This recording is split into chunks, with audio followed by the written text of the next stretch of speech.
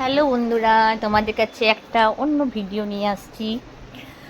আমি আমার মেয়ে কালকে আমার দিদির বাড়ি গেছিলাম। মানে দিদির বাড়িতে এখনও আজকেও আছি। তোমাদের সেই ভিডিওটা তুলছি। মানে আমার বোনঝিকে দেখতে গেছিলাম, ওর শরীরটা খারাপ। আর এদিক থেকে আমার ছোট বোনের হাজব্যান্ড, মেয়েরা সবাই ওরা এসেছিলো। তো একসাথে ভাবলাম দিদির বাড়িতেই আমরা সবাই মিলে মিট করি। তো যাই হোক, দিদির বাড়িতে আমরা দেখো এসেছি। তারপরে এটা হচ্ছে ওদের দোকান, গোড়াচাঁদের দোকান। গোড়াচাঁদের দোকান মানে এই দোকানে আর মানে এই দোকানটাতে মিষ্টি দোকান, মানে নানা রকমের মিষ্টি পাওয়া যায় আর খুব ভালো মিষ্টি হয় এখানে। আমরা শীতলাতে, দিদির বাড়ি শীতলা, তো রিলায়েন্স মার্কেটের কাছে ধাটকা শীতলা, তোমরা অবশ্যই জানবে। তো এখানে আমরা এখানেই মিষ্টি নিই। আমি আসানসোল থেকেও মিষ্টি কিনি না, মানে এই দোকানে এত মিষ্টি পপুলার।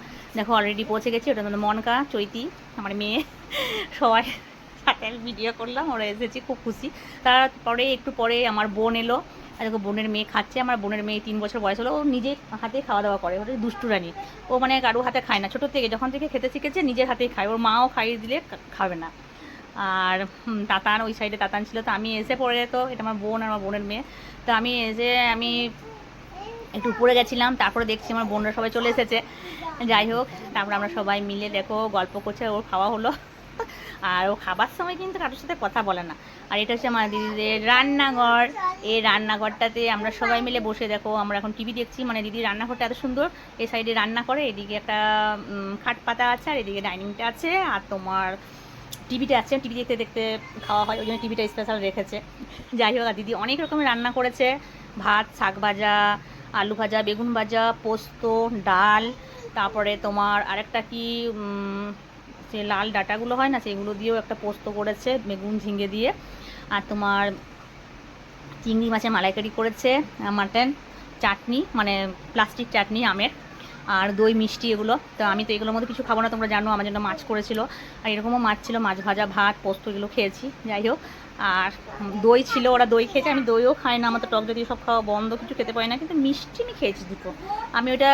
তারপর মিষ্টি দিদি বলছে তুই আরেকটা মিষ্টি খা, তুই যেহেতু কিছু খেলি না। তো আমি ওই জন্য, আমি এরকম মিষ্টি খেতে ভালোবাসি অবশ্য, তোমাদের কাছে বলেছি। তারপর যাই হোক, খাওয়া দাওয়া হলো, রেস্ট হলো। তারপরে একটু বিকেলবেলায় আমরা একটু হাঁটতে গেছিলাম সামনে রিলায়েন্স মার্কেটটা। যদিও রিলায়েন্স মার্কেটটা এখন বন্ধ হয়ে গেছে, কিন্তু এখন যতবার দিদির বাড়ি আসতাম রিলায়েন্স মার্কেট যাবোই, কিছু কিনি বা না কিনি ঘুরে আসবো। তো আমরা দেখো, আমি দিদি, আমার 3 বোন মিলে আমরা যাচ্ছি।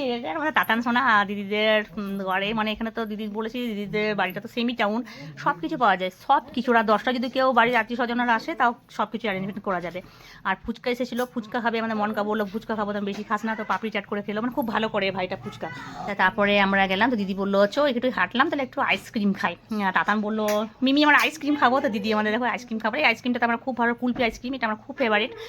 আইসক্রিম খেয়ে আমরা তারপরে ঘুরে এলাম। আর আরেকটা কথা তোমাদের বলতে চাই, রাজাতে দেখা হয়, কিন্তু বনে বনে দেখা হওয়া খুব ভাগ্যের ব্যাপার। কিন্তু বলতে নেই, তোমাদের প্রত্যেকের আশীর্বাদে আমাদের 3 বোনের, মানে আমাদের 2 বোনে তো দেখা হয়, তো আমার ছোটো বোনের সাথে খুব কম দেখা হয়, যেহেতু বাঁকুড়াতে থাকে। আর আমি আর দিদি আসানসোলের মধ্যে, আমরা 2 বোন পড়েছি, যখন তখন দেখা হয়।